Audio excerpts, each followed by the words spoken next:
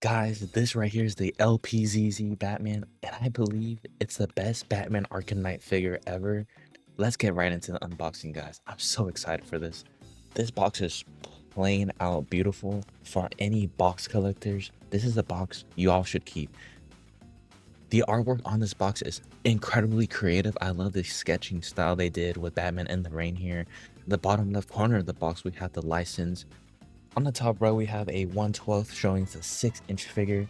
Moving below that, we have the Batman Arkham Knight logo, and it's really stunning. It's a reflective silver. This is the back of the box. I quickly wanted to show y'all the details they put into the box design. This is Batman from the game gliding into Gotham City. This is the Batman right out of the box, and he's super stunning. And you guys can tell he comes with a lot of accessories, a lot of gadgets, and we're gonna dive right into it. Starting off with his alternative look, here we have a teeth gritting mouthpiece, and I think it really captures the emotion he gets when he's beating up on someone or just when he's super angry. Here's a Bruce Wayne head sculpt, and I think they did a really good job recreating the likeliness of Bruce Wayne from the Arkham Knight series into a 6-inch scale. All the hands you're going to get with this figure are for him to hold his gadgets. So you're gonna get a batarang holding hand, a grappling holding hand, frost grenade holding hand. All the hands are literally just for him to hold his gadgets in different ways. The only difference being are the last set of hands here. They're the flaring out hands. You can do landing poses. Now onto his gadgets, you have his bat chopsticks. Just kidding, those are for his eyes. That's the disruptor. You get the line grappler, the explosive gel, the bat claw / grappling hook, and the voice synthesizer, and the freeze blast grenade, and the remote controlled batarangs and normal batarangs. Just a note, guys, those batarangs are for people that pre-ordered.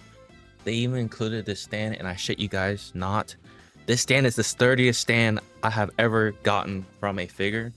I'd also like to point out the pretty details of the base of the stand, the showing the Batman Arkham Knight logo. Details.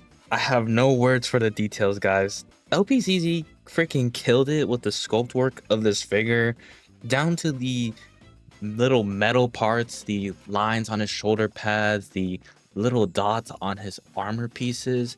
This guy is just a straight up ripoff. They ripped him out of the game into a 1/12 figure, and it's just astonishing to me that this figure is really affordable for import, and it's just so beautiful. All right, so articulation wise, this guy is pretty nice, guys. First thing I want to just start off with is the shoulders. They come out that far. There's a latch system for both shoulders, but basically that just allows you to move the arm as far as you need it and then to put it back like so. So he can do a really good T pose like that. Oh, well, this arm can go a little bit higher, but you get the point. And just come back to normal. You gotta move the shoulder joints back. This is really shaky. I'm just shaky too. I'm hyper, right? I drank some matcha. So I'm a little caffeinated. The head has some pretty good tilting as well. Check the forward tilting, looking down there, looking all the way up. Pretty good range of motion. Ab crunch. Get this ab crunch going. Pretty nice, guys. 90 degrees, just about. And go for the backwards ab crunch. And ooh, hurt my back type shit. Really nice there. The elbows are double jointed, so you go little bicep flex, and then boom. Look at that. Look at that range there. Go for another one. Full on range, guys. I love this. This articulation is just amazing for a third-party company to pull off. Like, why can't some companies do this type of articulation where it's just very well articulated? The joints are, you can't even see the joints. It's just, where's the joints? Nowhere to be found. But I wish companies would go crazy with their articulation. Look at that. The knees are double jointed, I believe. Yeah, so you can go from here all the way back up like that. Look at that stretch, man. This guy can move. And the thighs, of course, they have a little drop down. So you can do something like that and make him look kind of goofy. The only gripe I have about the articulation, sorry, is the ankles. Not too much range. There's a kind of like a double jointed system in here. Gets like this much motion. Left and right, not that much, guys. It's nothing crazy. Toe joints are there though, which is a nice touch. And that is pretty much it on the articulation. Besides the wrist, you know, you get a pretty standard good wrist joint. Now for the cape, there's wires here and right in between. So you get 4 wires on the cape. Very nice. I love the texture of this cape.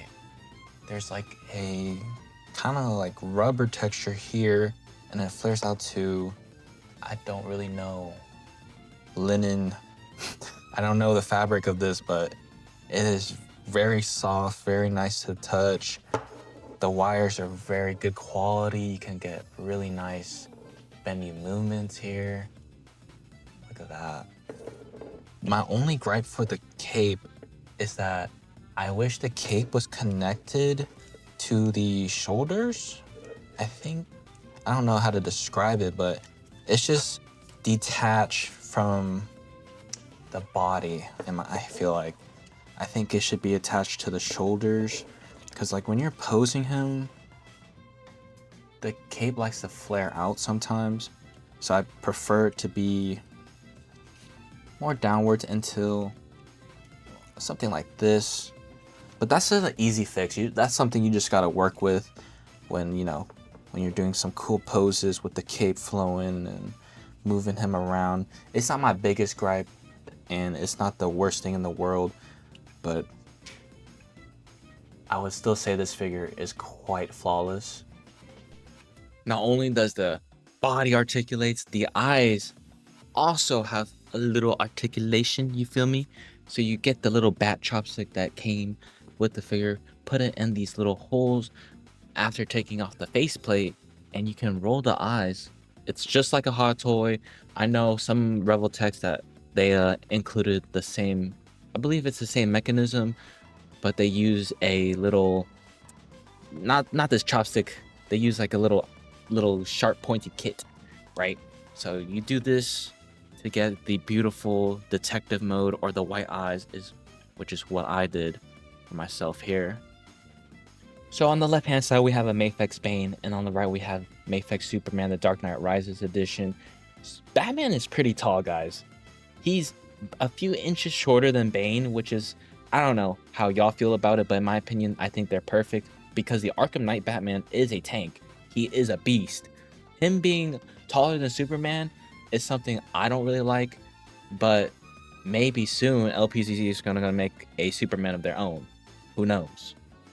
On the left hand side we have the amazing Yamaguchi Joker, and on the right we have Terry McGinnis Batman Beyond. Stay tuned for a review on him. He's an amazing figure. Batman being taller than Joker, I love it. It's the Arkham Joker, by the way, and it's the only Arkham Joker that I have, so he looks pretty nice together. I love this. On the left we have the Revel Tech Batman Arkham Knight. I'm not gonna give too much of my opinion here. I'm gonna save this for another video, but as you can just see him next to the LPZZ, you're gonna be completely shocked to which one is the actual non-third party brand here. Final thoughts, guys. For $80 to $100 or so, this guy is completely worth your money. He's the best Batman Arkham Knight on the market. He has the best details, the best sculpt work, really good articulation. I don't know. On the Timmy scale, guys, I'm gonna give him a 9.3 out of 10. Make sure to leave a like and subscribe, comment what you like about the figure, and stay tuned for the next video on this figure and the amazing Yamaguchi Batman Beyond. I'm out.